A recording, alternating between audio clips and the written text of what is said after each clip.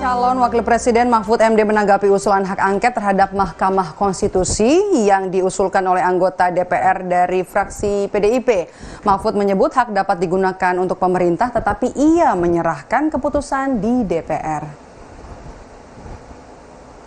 Ditemui usai menggelar diskusi bersama puluhan anak muda di Kota Makassar, Menko Polhukam Mahfud MD menanggapi usulan hak angket terkait putusan MK soal batas usia Capres-Cawapres.